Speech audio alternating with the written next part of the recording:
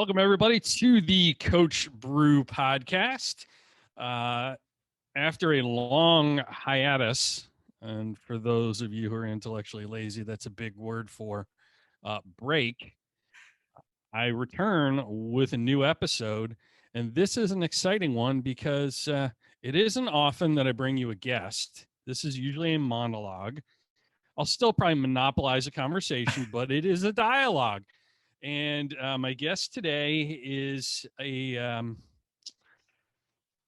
kind of puts the Dos Equis guy to shame. I'll put it to you that way. He's legit the most interesting man in the world. And if you don't know him yet, you'll find this out quickly.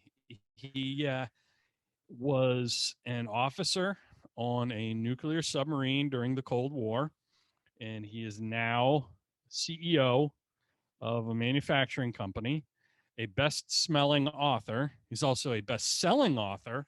No, he legit smells good, like rich Corinthian leather and fine mahogany. And he's got a new book coming out, which we're going to talk about. He is a good friend and colleague of mine. If you listen to my other podcast, which he would say, that's my podcast, he's my co-host. His name's John Rennie. John Rennie, welcome aboard. Hey, Coach Bru, how are you? Officer on deck, 10 Huck. Did I do that right? At ease. As you was before you is. Did I do that right? Yeah, that was pretty good. You remember that from the movie A Few Good Men. That's where I took that from.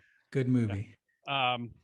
So yeah, we've got some catching up to do, John. We do, yes. Last time you were on this podcast, you weren't quite yet a best-selling author. You were just a best-smelling author. Yes. Of the book, I Have the Watch, which I might add is available at IHaveTheWatch.com. If you haven't gotten a copy yet, those are your first marching orders today. Excellent. Yes. So you became a bestseller. And I mean, I know the answer to this, but I'd rather them hear this from you because I don't want to stroke your ego any more than I already do with that introduction.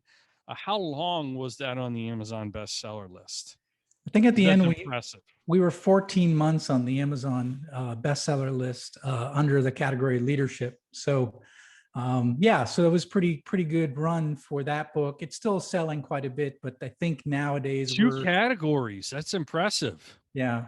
So it was a bestseller under the category of leader and ship. Exactly. That's awesome. It was impressive. Yes. So, but it wasn't like whatever Peru studies or some. It was a pretty difficult category to do well in. So we were shout out to Peruvian studies. I'm sure they're great. I don't know. Yeah, fabulous.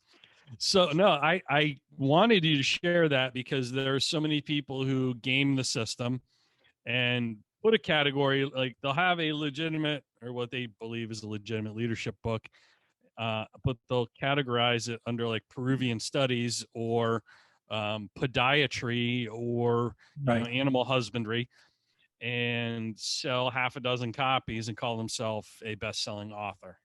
And the fact that you earned it through your own, merit in a legitimate category, but didn't just earn it for a month. It was there for, what'd you say? How long? 14 months. 14 months is crazy. It's wildly successful by any standard.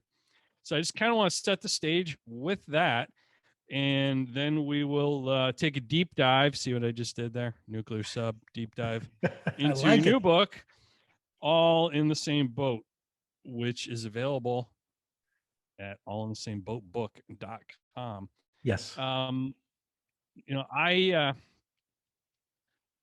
wrote the forward to I Have the Watch. So I'd like to take a little bit of credit, at least for, let's just say 13 of the 14 months that it was a bestseller.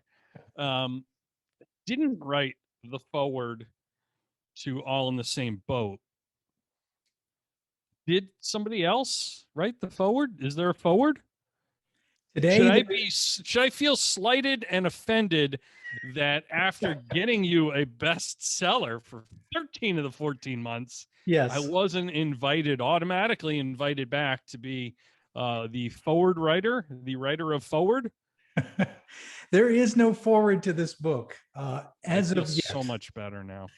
As of yet. So the book is in pre-order right now. It's in final review and production. Will be out by May 15th. So we're in pre-order right now. Just in time for Mother's Day. Right, exactly. Yeah, because that's a big reading season, right? Mother's Day. Big reading season for moms. Right. Forget the mommy blogs and cookbooks and all that crap. Yeah. They're definitely they are a huge submarket for leadership books in about officers serving in nuclear subs, Correct. Yes. Yeah, they're really into patriarchy driven military subgenres. Yes. So literally just in time for Mother's Day, head on over to allinthesameboatbook.com and get your mom, grandmom, your neighbor's mom, everyone's mom a copy. Yeah, why not? I think but seriously, John, you did ask me to endorse the book, and I feel like that is I'm probably an okay author, like maybe okay. I don't think so. I think but where I really shine is writing endorsements for other people's books. Yes. And that's like, there were a superpower that I possessed. It's that. I remember writing an endorsement for my friend Dr. Rob Bell's book. It's called Don't Should on Your Kids. And it's he's a sports psychologist who wrote a book about how to be a sports parent, because so many parents like should on their kids. Like, you should do this, you should do that, right, you shouldn't right. do this. Yeah. So he asked me to endorse it, and there's an entire chapter on the evils of participation trophies. So my endorsement was, if you read this book, I will send you a participation trophy. If you read the whole book, that's what it was. If you read this from start to finish, I'll send you a participation trophy. And I was just joking with him. Yeah. He said, "Hey, can you endorse my book?" I just sent him that as a goof. He's like, "That's perfect. I love it." I'm like, he's serious. I wasn't. He is. So you asked me to endorse it. Yes. And I just decided that I would channel that creative side of my personality. So for those of you who haven't immediately rushed on over to allinthesameboatbook.com and bought a bunch of copies yet, and you're still on the fence, I'll put it to you this way. My endorsement of this book, which is fabulous, the book, classic, not the endorsement, is that the movie Titanic would have had a happy ending if Rose and, what was the guy's name? Jack Rose. And Rose, Leonardo DiCaprio, would have read All in the Same Boat. Yes, that's perfect, Coach Bru. That is going in the book because it is uniquely you, and it is very true. And everybody knows that Jack could have lived, and there was plenty of room on that piece of debris. But wasn't Rose, it like a door? Wasn't it a door? Like a door, the top of a door piece or something. Yeah. Yeah. So like everybody knows, like, you can fit two people side by side on the door. Come on now. Yeah. They could have been all in the same boat, but instead, well, all on the same float. The options are endless. Yeah, absolutely. But in all seriousness, it is a great book. Right when I thought you couldn't top the first one, you went and outdid yourself. Tell us a little bit about, like, kind of how long this is in the works, what the genesis of it was. What I find most interesting often isn't just like the contents of a book, it's the backstory. What I find most interesting about songs isn't the music, it's the story behind the song. And the same thing with movies, like these things that entertain us, it's often the backstory that's more fun. And so like you get to find out, give me the backstory behind the movie The Fugitive. Oh, remember when Harrison Ford's running away from Tommy Lee Jones' character in that enormous Train. sewer drain? Yeah, yeah. Yeah. And he gets to the end right before he jumps and he says, I didn't kill my wife. Do you remember what Tommy Lee said? No, He I don't just looked remember. at him. He said, I don't care. Yeah, yeah, And then that's right. Harrison Yeah. Ford jumped. It was totally ad libbed. He was not supposed to say, I don't care. But as like they're running through that scene, he's like remembering what he's supposed to say. He's like, you know what? The lines on that script kind of suck. I'm just gonna throw something different out there. And that was like one of the most iconic scenes of that movie, and it was ad libbed. And just to get the story behind that, it's really cool. So I want to get the story behind Sure. All in the Same Boat. I probably about 8 years ago, I started writing leadership articles. It was a point in my career. I'd done 22 years in corporate America. I did 5 years in the military. So I just felt like, after seeing so many crappy managers in corporate America, I thought, well, maybe I'll start sharing some leadership thoughts. And I started writing a blog and starting writing articles on a couple of different websites. And then, that was just about the time that LinkedIn started coming out with your article that you could write long prose articles in on LinkedIn. And I wrote one article way back when called 10 Things I Learned Living and Leading on a Nuclear Submarine. That was the article. And it had, it just went all over the world, that one particular article. It was 150,000 people shared it, liked it, spread all over the place. And I was like, the sub. Yes. Yeah. So it went all over the place. And and so that was, and I wrote many other articles, but that one really had a lot of popularity. Yeah. And I thought to myself, well, maybe, I should expand that a little bit other than just one article, but, maybe why I think the way I think, or how did I, where did these ideas come from for that article, which was these 5 years of experience I had, under the ocean, really set the foundation for my leadership principles I live by today. So then about 2.5 years ago, I started writing what is All in the Same Boat right now. So that's article, like items, the 10 things, and the items became chapters, I imagine. They eventually became chapters in the book. I ended up consolidating a couple of chapters. So there's really just 8 chapters in the book, so I don't have quite the 10. But government budget cuts, you got to do more with less. Yeah. Well, the other side of it was getting kind of long, so I didn't want it to go too long. So the book is about 250 pages. So that's about where people lose their attention span. So I want to try to keep it consolidated. So I consolidated a few of the ideas into 2 of the chapters I consolidated away. But it's 8 chapters, and what's great about the book is it's stories. It's all stories. It's filled with, every one of the chapters has at least 4 or 5 stories from my days on the submarine, and then it has 2 stories from my days leading businesses, because I also led 9 manufacturing businesses throughout my career after I got out of the military. So you can see the parallels between what I learned on the boat and then what I learned and how I applied that in the business world. So it's not so much a submarine book, but if you're interested in the submarine genre, or what happens on submarines, this is a kind of an interesting book. You'll get kind of an insider look at submarines. But it's a leadership book, so it's pulling those ideas and those concepts and showing how they actually apply in the business world as well. So what you're telling us is it's a coffee table book with a lot of pictures about submarines. I got you. There's not even any pictures in it. I think the only picture will be a picture of me on the back page or something. So I love the fact that it's all story based, because number one, that's how we learn. That's how we've learned since the beginning of time. Cavemen drew murals that told stories on the walls of the cave. Like, here's how to avoid being eaten by a saber-toothed tiger. It's just how our brains are wired. But also, there's so much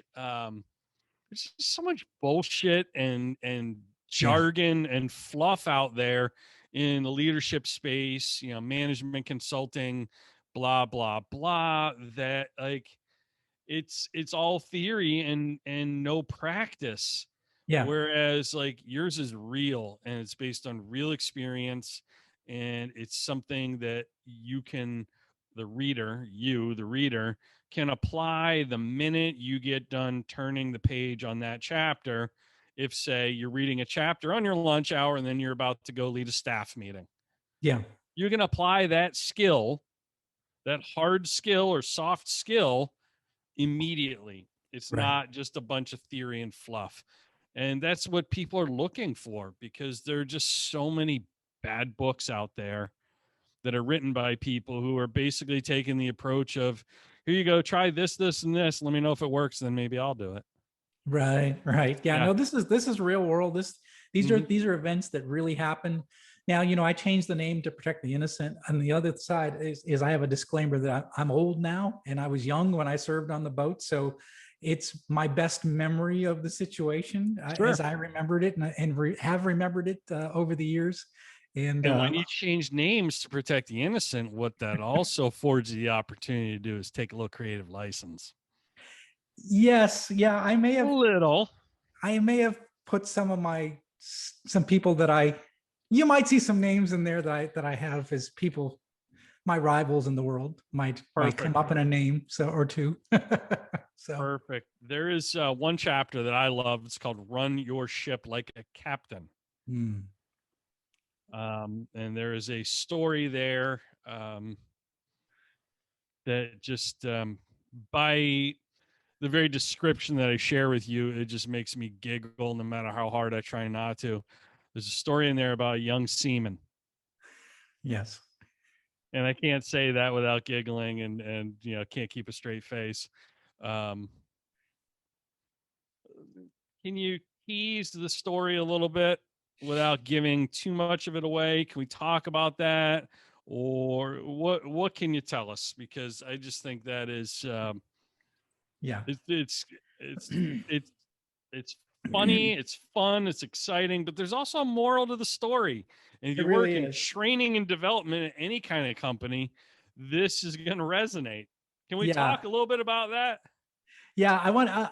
So this chapter is called "Run Your Ship Like a Captain," and one of the things that's really unique about a captain of a submarine is it's almost like a college sports coach, like similar to what you were in your past career. In that, every time we went on deployment, every time we went on patrol, we came back, we had a shift of the crew. So you had a lot of people leave, and it could be senior people.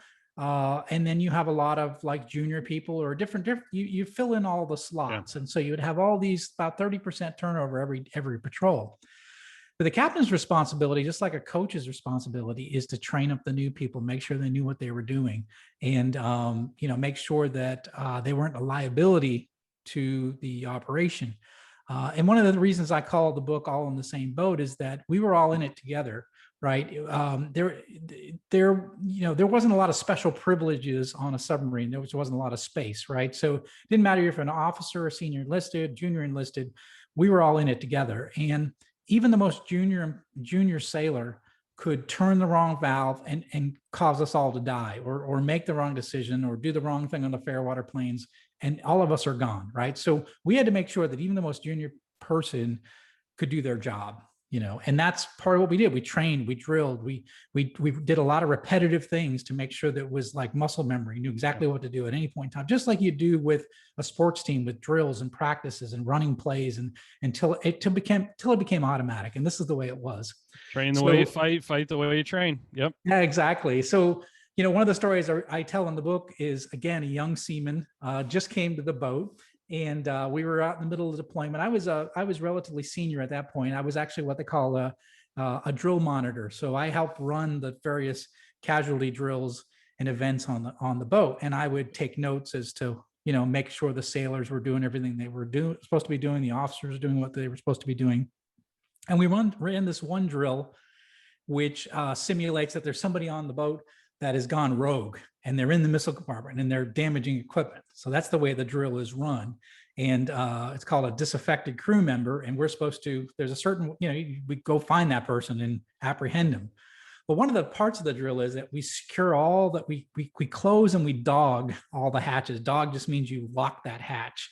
And, on a submarine, these are these big round, probably 5 foot, diameter doors that we go in and out of. And so I was watching this young seaman. He locked the door.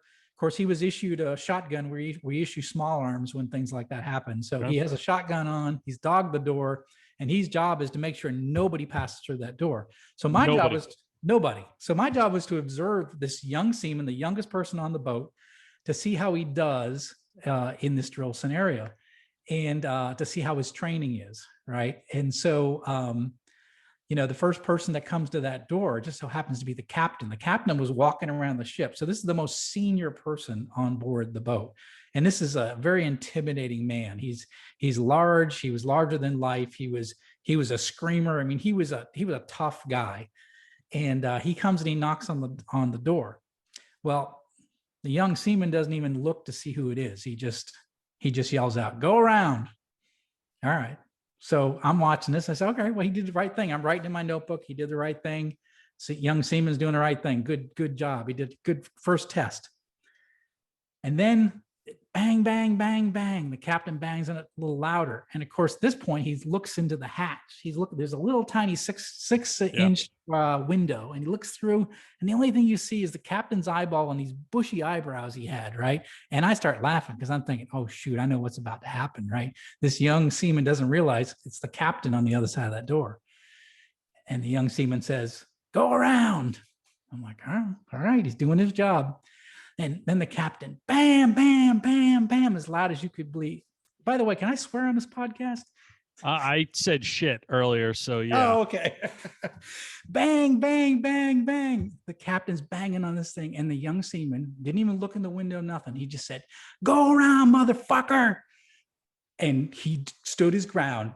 And he had no idea that the 06, the captain, the man who runs this warship, was on the other side of that dog door, and he wouldn't let him through. But that was an example of the training that he did his training, exactly what he was supposed to do, even though the captain was on the other side of that door. And that it was just one of those moments that was funny, but it was also showed an example of how effective the training was. This young kid, just new to the boat, knew exactly what to do in that scenario, and he wouldn't let even the captain through. So what was the captain's reaction after that? So this is kind of neat. I told it in the story that the captain actually sought him out later on, not in the moment. He was still angry, but later on he sought out this young guy, and he told him that he did his job and he's proud of him, that he did exactly what he was supposed to do. And he said, "You're not to let anyone through that, including me. You did your job." So that's kind of a neat story, but just one of those funny things, like, when you see a young person standing their ground, they have no idea what's on the other side of that door. So so the book is filled with stories like that give you a sense of what life was like out there, but also about how we trained, how we operated, so that we could safely get home. I mean, we could do our mission, and we could all of us, 100% of us, return home safely. It's a great reminder to me of the fact that, like, the world would be a better place. Organizations, teams, departments would be a better place if more companies, more institutions, literally kind of ran their ship like a captain. More institutions invested in training in that way, because there's attention to detail and accountability at a level that's probably unparalleled anywhere else. Like you said, someone turns the wrong knob or pulls the wrong lever, we all die. Right. Right. Whereas, like in most corporations, training is a box you check. Yeah, we watched the sexual harassment video HR sent us. Check that box. Right. They weren't really paying attention, but they allegedly watched the video. Or training is just boring. It's not hands-on. And that's the thing. In the military and in sports, everything's hands-on. Everything's, kinesthetic. You're not checking boxes. You're actually doing. Yep. And it's just a great reminder.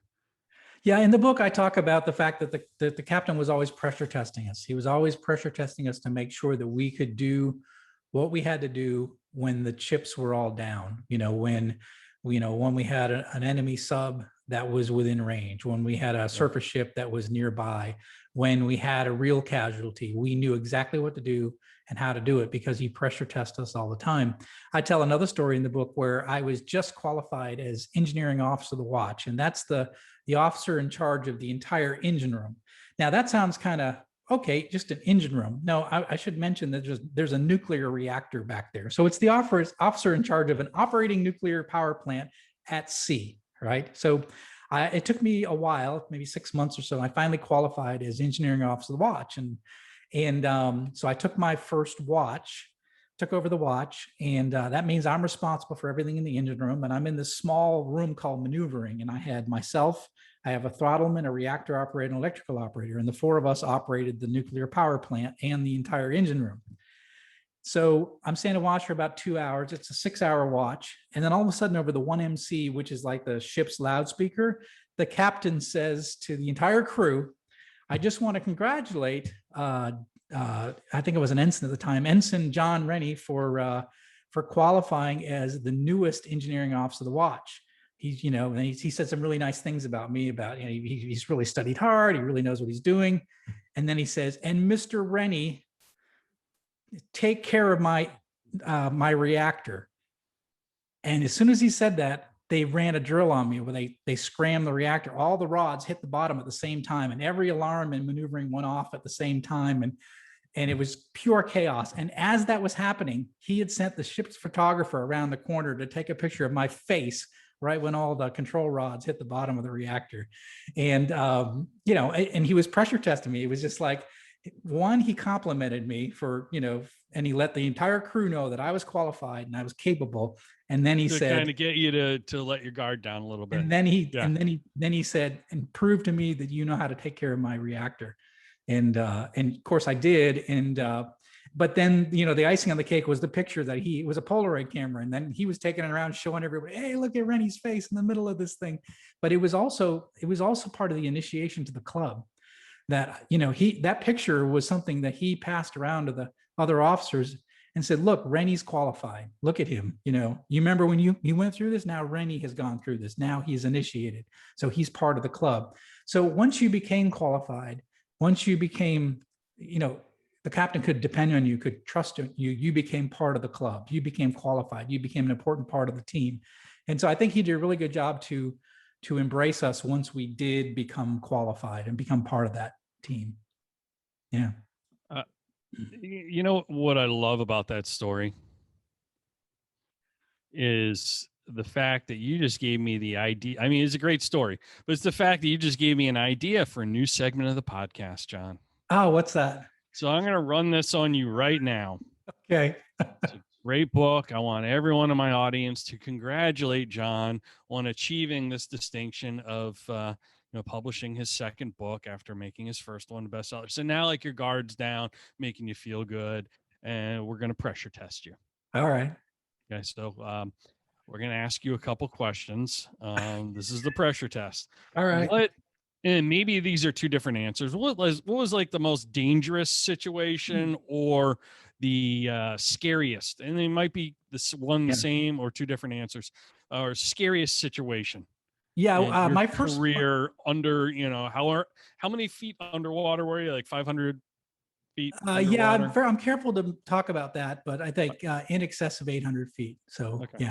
Yeah, but it's classified how deep we go. But we typically operated in, if you think about the Atlantic is almost as deep as Mount Everest is tall. We operated in the shallowest part of the water stream, right?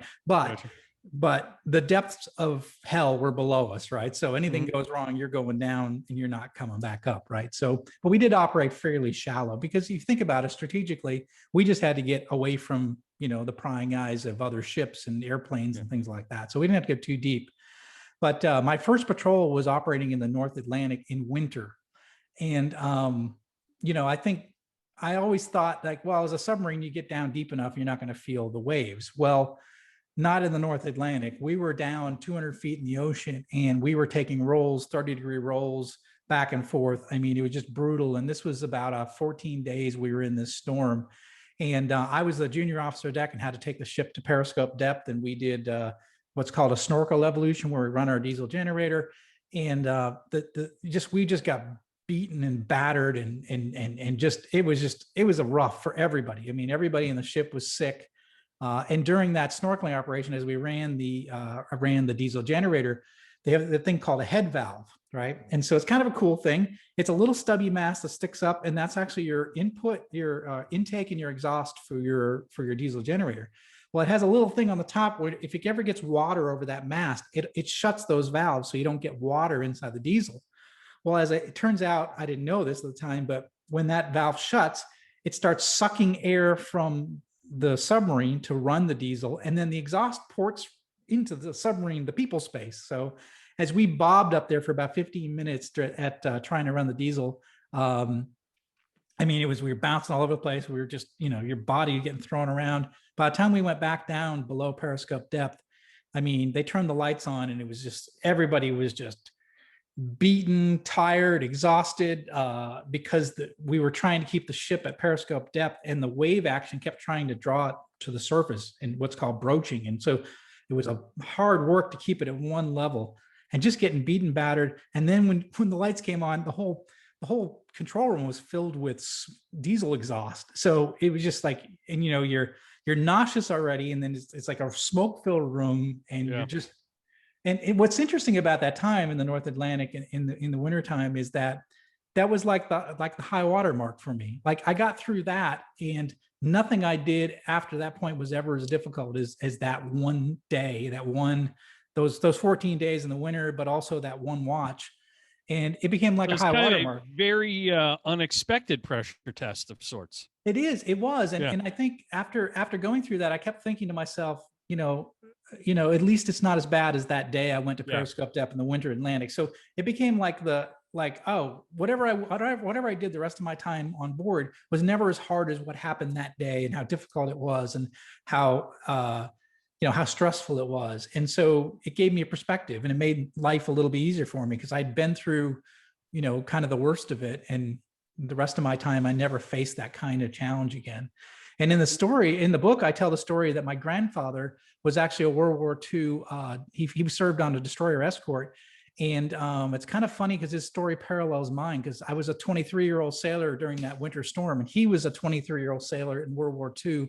He was in a very large battle in what was called Operation Teardrop.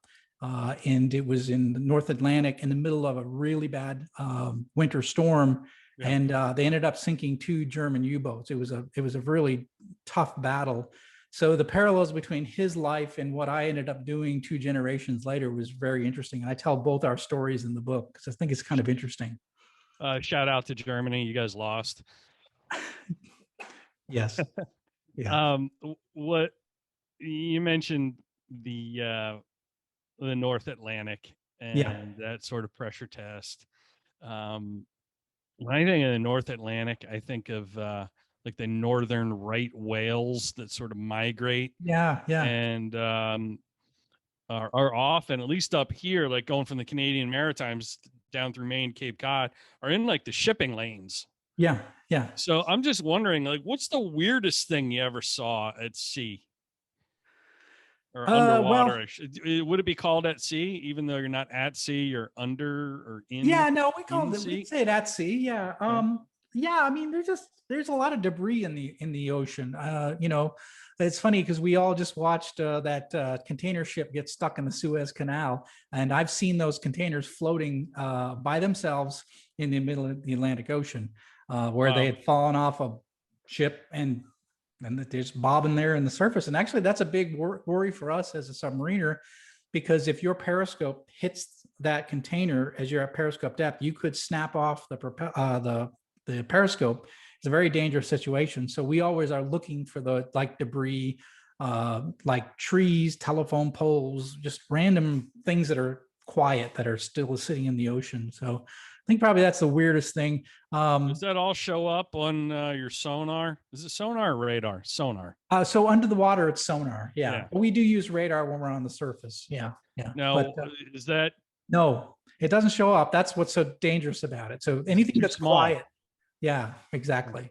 So one thing is kind of interesting. I tell the story about we get some of the areas we operated, mostly in the South, we would come up on the surface and we would run on the surface for a while at night, and the flying fish would be afraid of the submarine because they think it's a predator, and they would jump and they'd fly around. And sometimes you get up to take the watch in the morning, and there'd be just hundreds of dead flying fish on the back of the submarine.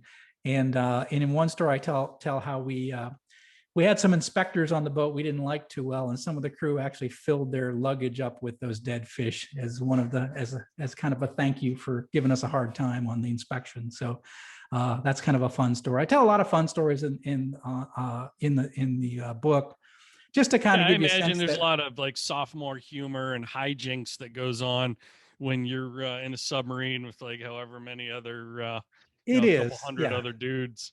Yeah, it is. There's a lot of humor. I mean, I talk about the crew. I mean, it was always there was it was almost like a sports team, I would think, is a good analogy. There was a lot of smack talk. There was a lot of pranks. There was a lot of humor.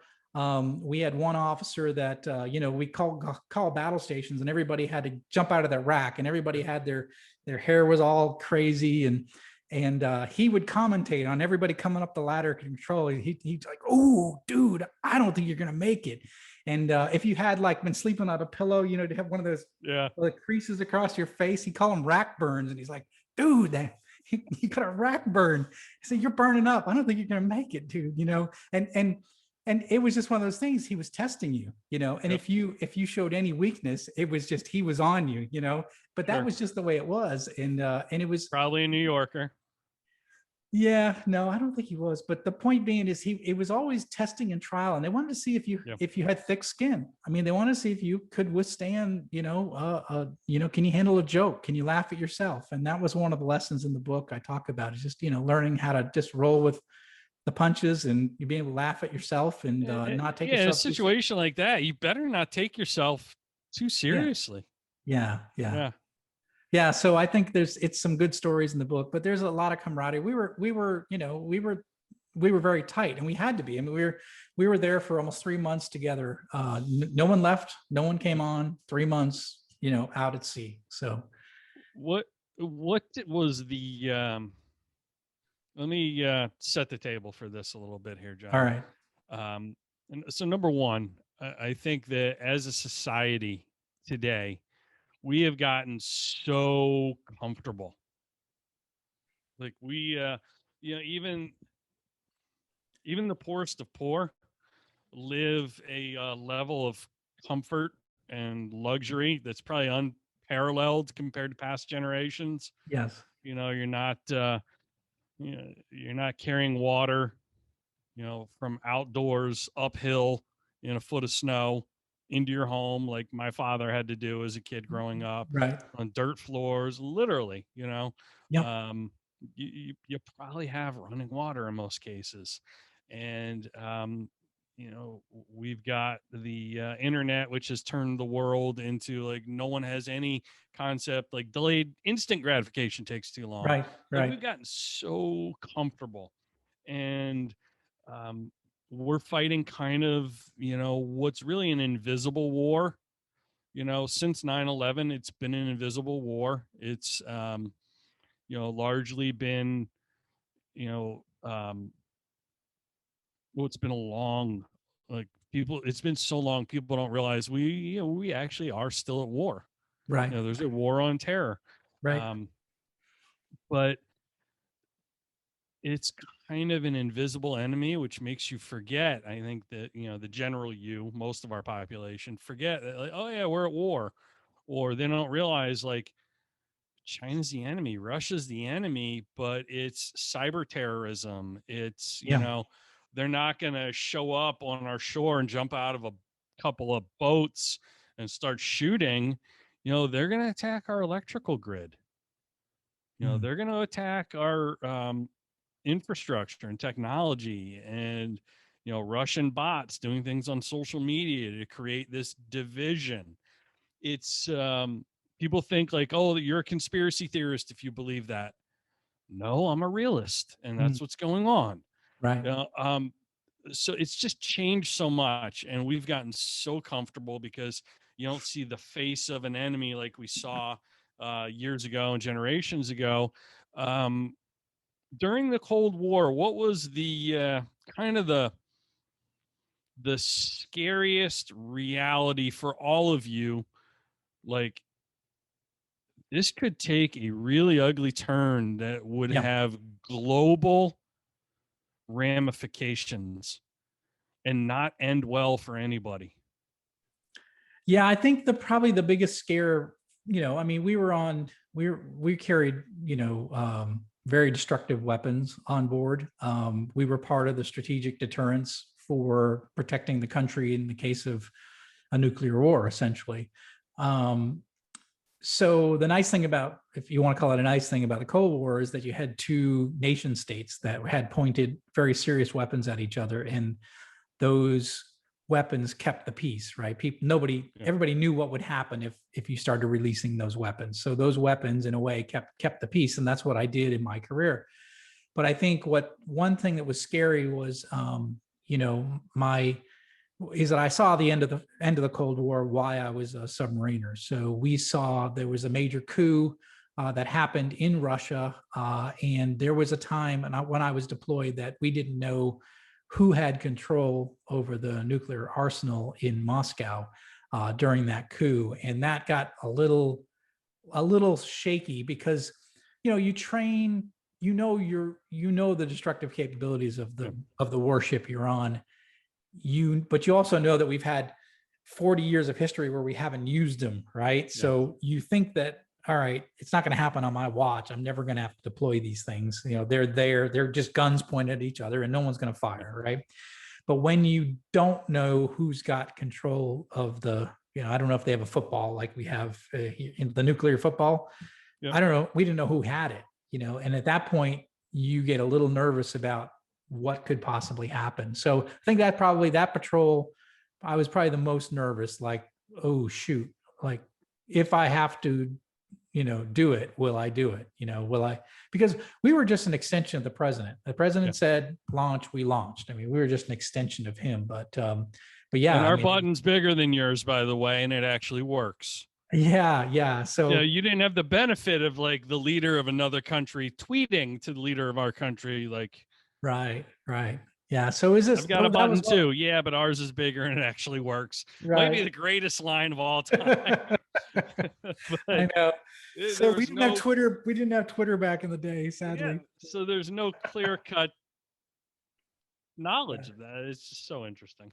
Yeah, but I think that's probably the one area that it was a little bit kind of. I was deployed during the first Desert Storm, but for what our boat's capability was, we didn't really get involved too much with that. But during the coup in Russia, that got, when we started hearing there were tanks like firing on Parliament or whatever they call Russia, but it was just holy cow, like, what? Yeah. So, anyways, it got us all thinking, what do we have to use these? So, yeah. And that, I mean, it's not that long ago.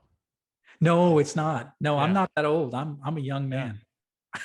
No, seriously. Like, when you think about it, it's really not that long ago, but it's so far from most people's memories. Yeah.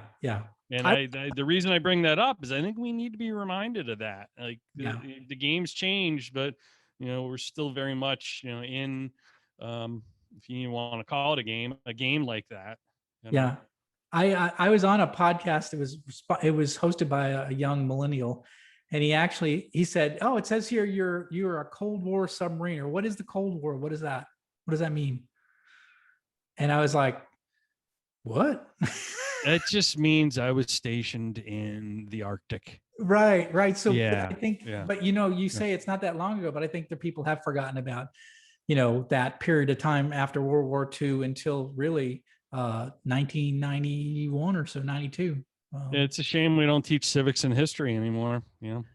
Yeah. So, but it's one of those things. I was just shocked at the question. I was like, wait, what? You don't know what the Cold War? He said, well, I heard about something on a video game once. I was like, oh shoot.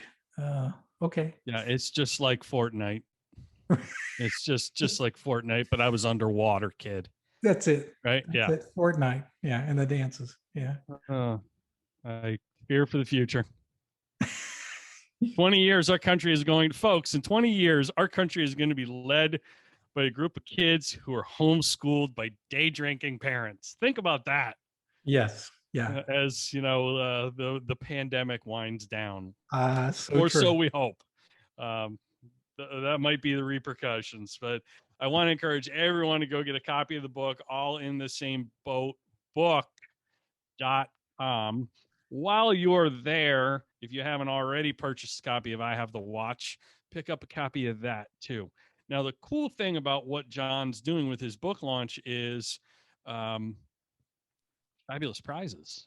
Yeah. You're having a contest, and yes. It's some of the coolest stuff I've ever seen given away in a book launch. Yeah. Tell us about it. Yeah, it's kind of interesting. And I was inspired by your latest book launch. You did Beyond Stadium Status, which I love that book, by the way. And if you haven't purchased Beyond Stadium Status yet, I encourage you to pick it up. It's one of my favorites. I love Stadium Status. And the sequel was just as good, if not better than that. So sequels usually are, like New Coke is better than Coke, right? Wait, no. Alvin and the Chipmunks, the Squeakquel, best Chipmunks movie, right? Never saw it. The sequels are usually better than the original, right. So I have high expectations for All in the Same Boat. Yes. Well, so what's the contest? How do people enter? How do they win? Yeah, it's real simple. So we're in the pre-order right now for the book, and we're going to run pre-order up until May 15th. And so if you order a book anytime during the pre-order period, even if you've already ordered a book, you are eligible for a drawing that'll occur during our book launch, our live book launch. We'll do that on live Instagram and Facebook. We'll do that May 15th timeframe. We'll announce that shortly. But every book you purchase during the time gives you a ticket for the drawing. And our first our grand prize is this really amazing, beautiful hand-carved American wooden flag that my friends at Sasquatch Flag Company have made, and it's gorgeous. And He's it's one of those real, things. And he makes flags, folks. Sasquatch is real. Sasquatch isn't real. We have proof, and that proof's John Rennie. You saw him in the Periscope somewhere while you were patrolling in the Pacific Northwest. Right. You guys bonded, and here we are. You're retired from the military service, and you got the guy making flags for you. That's awesome. Yeah. So it's one of the things I'd want in my office. I do not have one. Eventually, I'll have one of my own, but this one we're going to be giving it away. We got things like coffee from Bottom Gun Coffee, coffee mugs from Coda Vets, bourbon glasses from my friends at Sailors and Sticks. I've got these challenge coins that actually are bottle openers from my friends at Test Depth. And then we actually you had me at bourbon glasses.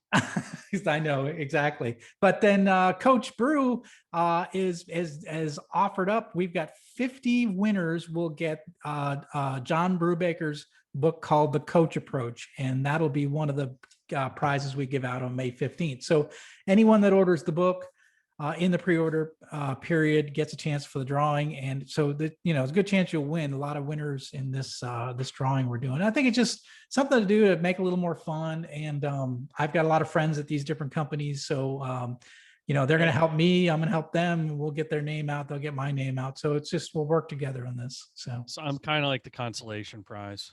No, I got 50. I have 50 books to give away. I think it's Tell great. him what he's won, Bob. Well, he didn't win the brand new Cadillac or the vacation to Tahiti, but he's won a copy of John Brubaker's book, The Coach Approach, Success Strategies from the Locker Room to the Boardroom. You could resell it on eBay for $5.99.